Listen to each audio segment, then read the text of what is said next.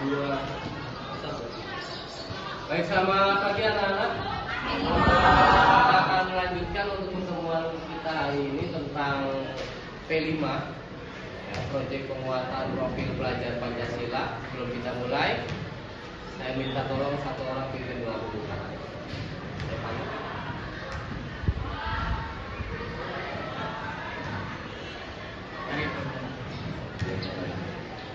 Dia Bapak yang akan Nama Bapa dan Putra dan Roh Kudus.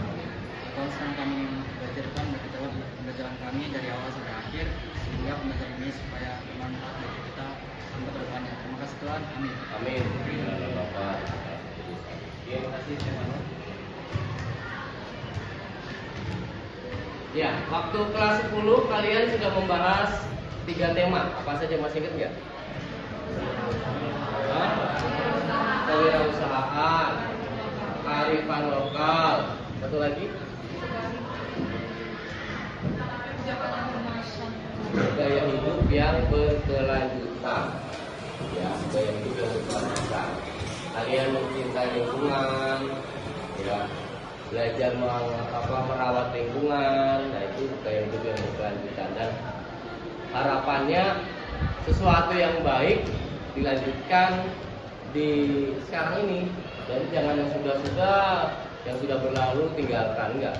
Jadi apa yang sudah dimulai dari kelas 10 dilanjutkan sehingga kalian menjadi pelajar-pelajar Pancasila yang tidak hanya mencintai diri sendiri, tapi juga mencintai lingkungan dan juga mencintai daerah, bangsa dan negara tempat kalian tinggal. Sekarang kita akan mulai untuk tema yang keempat. Ya, kelas 11 itu tema yang keempat berkaitan dengan kebinekaan global. Tema apa, Lazarus? Keanekaragaman global. Kebinekaan global. Ya. Baik. Sekarang kita akan lihat apa sih yang mau kita bahas di tema yang keempat ini di kelas 11. Kalian kalau secara istilah di kurikulum Merdeka itu masuk fase F. Kelas 10 itu fase E, kelas 11 fase F, kelas 12 juga fase F. Ya. Nah, untuk kelas 10 fase E kita sudah lewat tahun lalu. Nah, di kebinekaan global kita akan lihat nanti bagaimana setiap pelajar sadar bahwa dirinya itu berbeda, suku, agama, ras, asal usul dan lain-lainnya, tetapi dipersatukan dalam persaudaraan sebagai warga negara Indonesia. Jadi negara Kesatuan Republik Indonesia ini mempersatukan seluruh perbedaan yang ada. Dan nanti kita akan bahas bagaimana kita, saya, kalian berbeda suku, berbeda bangsa, berbeda negara. Satu negara malah ya? Atau beda negara kita? Satu negara. Nah, karena satu negara, maka kita harus menjaga persatuan dan kesatuan. Nah, yang pertama mau kita tampilkan adalah berkaitan dengan pendidikan inklusi. Nah, kira-kira tujuannya pendidikan inklusi itu apa sih? Kita belajar kebinekaan global, Bhinneka Tunggal Ika, ya, dengan memunculkan pendidikan yang inklusi. Nah, pernah dengar inklusi? Lawannya eksklusif. Kalau kalian pernah dengar perumahan apa? Eksklusif. Perumahan eksklusif itu berarti perumahan apa? Tertutup. Perumahan eksklusif itu perumahan tertutup. Kalau perumahan yang inklusif itu berarti perumahan yang terbuka. Kalau inklusif berarti terbuka. Maka ketika ada tema pembelajaran atau pendidikan yang inklusif, berarti kalian dibuka wawasannya untuk apa? Untuk terbuka untuk sesama. Kebetulan tema pelajaran agama kita kemarin kita sudah lihat persekutuan yang terbuka. Persekutuan yang terbuka. Tidak hanya melihat saya agamanya apa, ya, tetapi juga kita melihat kita ini sebagai saudara walaupun agama berbeda.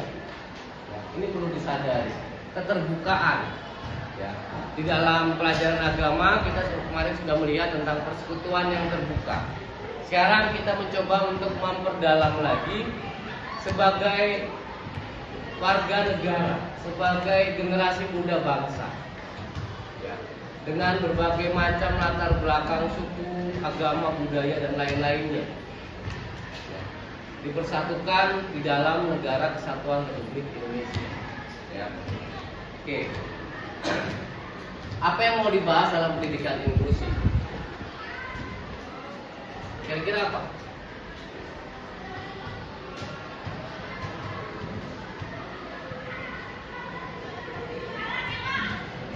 Dalam pendidikan inklusi tidak hanya kalian mampu mengidentifikasi keragaman sebagai identitas. Oh, saya orang Jawa. Oh, saya orang Batak. Oh, saya orang Sumatera. Oh, saya orang Kalimantan. Tidak hanya sadar bahwa kalian dari mana asal usul keluarganya, juga kalian bisa hadir, ya, di dalam keragaman tanpa membicarakannya secara kritis. Ya memang orang Papua itu keriting, hitam. Lalu jangan bilang, keriting, hitam, atau pakai julukan si item. Ya.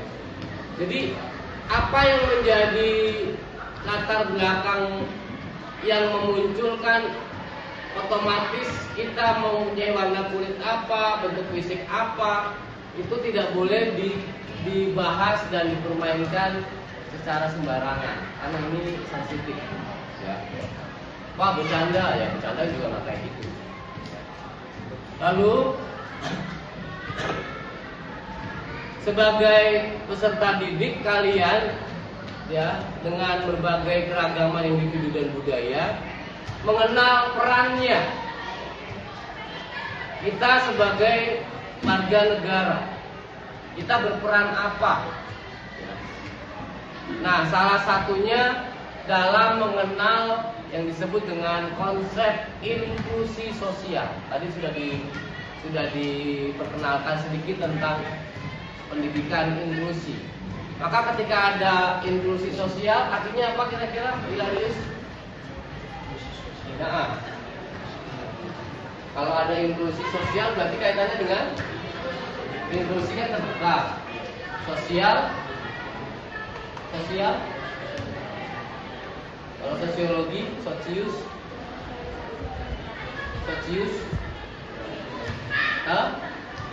Sosiologi. Sosius itu artinya teman. Ini sosiologi lu jangan lupa. Oh, udah lama nggak ngajar sosiologi, udah hampir 11 tahun nggak ngajar sosiologi. Itu masih ingat. Sosial itu dari kata socius. Socius itu artinya teman. Maka ketika kalian berbicara tentang, ya, inklusi sosial, berarti bagaimana kalian terbuka terhadap semua teman atau semua orang. Itu prinsip dasar yang paling sederhana. Nah, wujudnya seperti apa? Ya. Wujudnya seperti apa? Kita akan lihat nanti di dalam pembahasan berikut ini. Ya.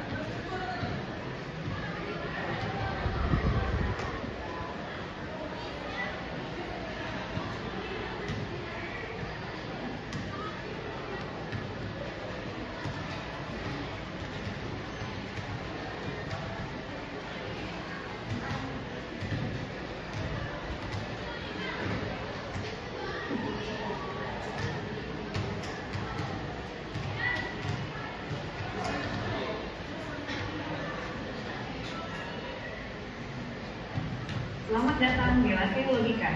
Saya Kalisa Putri yang akan memandu video kali ini. kita akan lihat di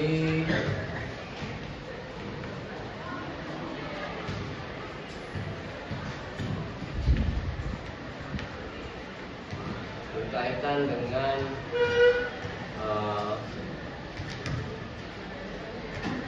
bagaimana kita nggak mudah menyamaratakan atau menggeneralisasi prinsip generalisasi. Selamat datang di video keempat dari seri Ratu Logika. Seri kursus online gratis tentang berpikir kritis. Saya Kalisa Putri yang akan menjadi pemandu kalian pada ini. Dalam video ketiga, kita sudah belajar tentang pengertian argumen dan ciri-cirinya. Kita juga sudah berkenalan dengan dua jenis pengalaman, yaitu pengalaman deduktif dan induktif. Sekarang, kita akan mulai dengan generalisasi, salah satu jenis pengalaman deduktif. Apa sih generalisasi itu? Jika kita mengambil kesimpulan tentang suatu kelompok berdasarkan informasi tentang sebelumnya. Makanya, maka kita melakukan generalisasi. Kelompok bisa berupa sebuah organisasi, suatu suku bangsa, sejenis benda, atau pekerjaan. Sedangkan informasi yang dimaksud bisa berasal dari pengalaman kita sendiri terhadap sebagian anggota kelompok itu, atau dari sumber lain. Namun, dalam generalisasi, informasi yang kita gunakan untuk menilai kelompok sebenarnya tidak lengkap, karena hanya diambil dari sebagian, bukan seluruh anggota kelompok. Karena itu, kesimpulan yang didapat dari generalisasi hanyalah sebuah dugaan, bukan pernyataan yang benar. Contohnya, mari kita lihat tweet berikut. Tahukah kamu orang Indonesia sangat suka makanan yang pedas? Tweet tersebut membuat kesimpulan umum tentang selera makanan sebuah kelompok, yaitu orang Indonesia. Mungkin si pembuat tweet sering bertemu dengan orang yang suka makanan pedas. Mungkin juga dia banyak menjumpai menu pedas di restoran yang menjual makanan Indonesia. Tapi tidak mungkin kan dia sudah bertanya kepada semua orang Indonesia atau mencoba semua makanan Indonesia. Jadi, untuk menilai sebuah generalisasi, lihatlah sebagai sebuah dugaan. Apakah dugaan ini punya dasar yang kuat? Lalu, bagaimana cara membuat generalisasi yang baik? Pertama-tama, gunakan lebih dari satu contoh.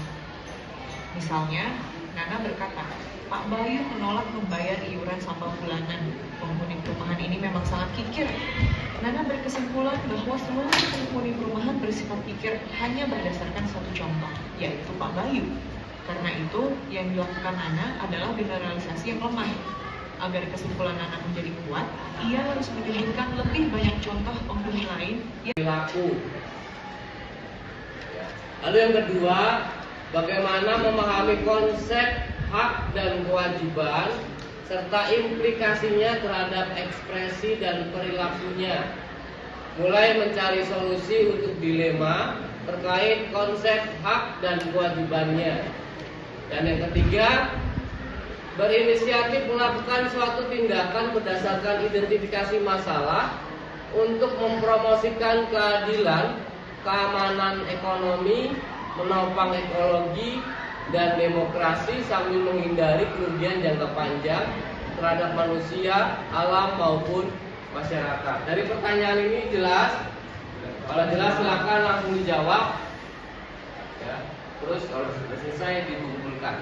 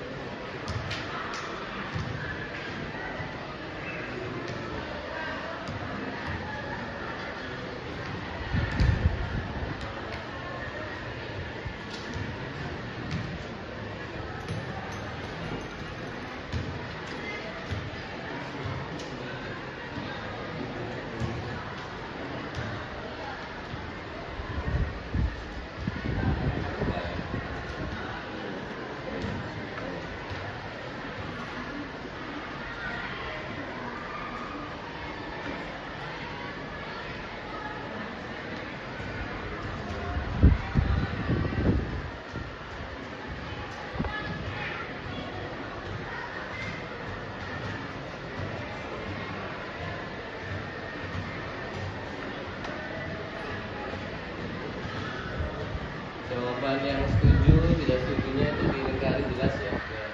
Berarti tidak gampang.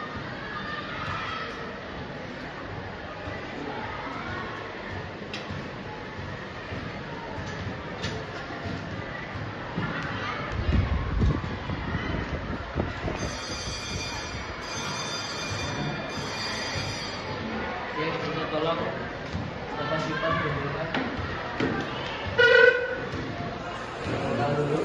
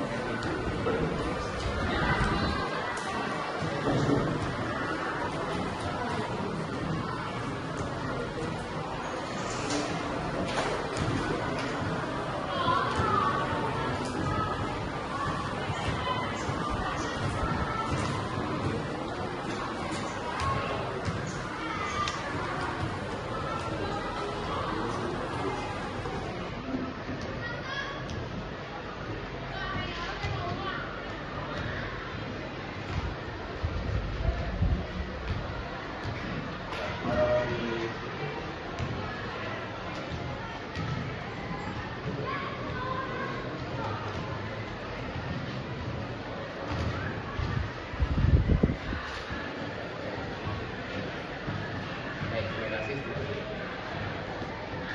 Baik, sebagai penutup, ya, sebelumnya saya sudah memberi tugas membuat satu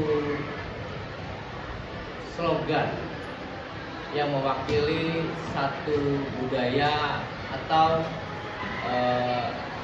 kawasan dari budaya. Nah, yang sudah siap boleh maju. Baik, sebelumnya kita sudah mencoba membuat suatu karya kreatif sederhana menggambarkan bagaimana kita berbeda tetapi saling menghargai satu sama lain. Yang sudah siap boleh maju. Yang sudah siap, Jessica ya, kelompoknya silakan.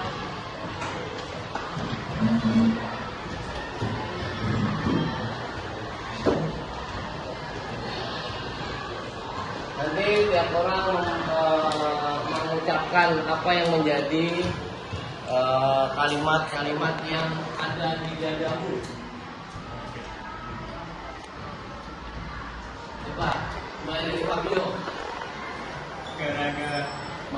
Keragaman budaya Jawa dan Bali. Oke, terima kasih. Sekarang dokternya dulu.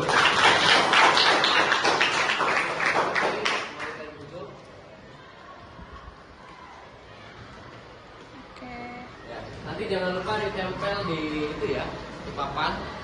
Jangan lupa ditempel di papan sebagai bentuk karya yang bisa dinikmati semua orang yang melihat kelas kita.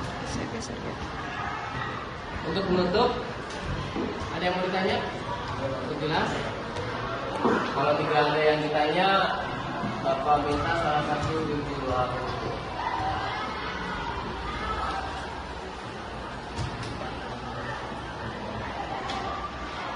Teman-teman dan teman-teman, mari kita berdoa. Ya Tuhan, sekarang kami pulang, kepada kami ada bersama kami. Berkati juga orang tua kami yang menunggu kami. Amin. Terima kasih, disiapkan. Siapkan sih.